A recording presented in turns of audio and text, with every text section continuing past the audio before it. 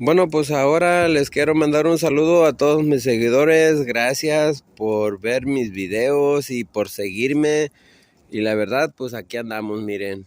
Si alcanzan a ver, aquí hay un chingo de nieve. Y si alcanzan a ver, aquí tenemos, miren, a la lumbre, a todo lo que da. Y pues, ¿por qué no darnos el gusto de comer algo de lo que se nos antoja?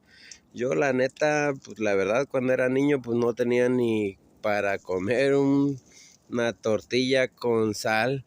Y pues ahora se me dio de hacer este canal y pues aquí andamos al millón, mi gente. Fierro. Todo se puede, la verdad todo se puede mientras uno quiera, mientras uno se proponga algo, pues se logra. Y la verdad, pues es bonito a veces tener lo que uno nunca tuvo de niño. Y pues yo ahora me divierto. Me divierto haciendo mis videos, haciendo de todo.